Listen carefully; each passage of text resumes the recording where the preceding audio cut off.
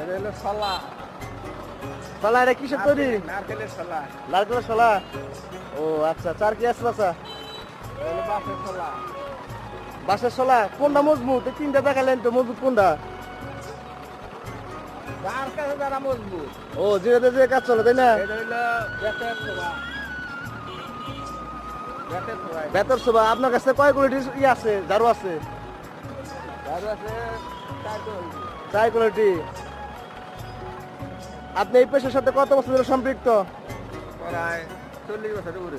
40 বছর ধরে। তো এই জিনিসপাতিগুলো করতে সংগ্রহ করেন আপনি? এটা জায়গা জায়গায় বানা দিয়া যায় না। ও দেয়া যায়। আপনি হচ্ছে পাইকার, আর আপনার ফ্যাক্টরি আছে, তারা বানায় আপনার কাছে দেয়া যায়। হেরা কাকা কেমন আছুন? কি কিনবে শুন বাজারে? উনি তো বাঁশের জিনিসপত্র তৈরি করেন।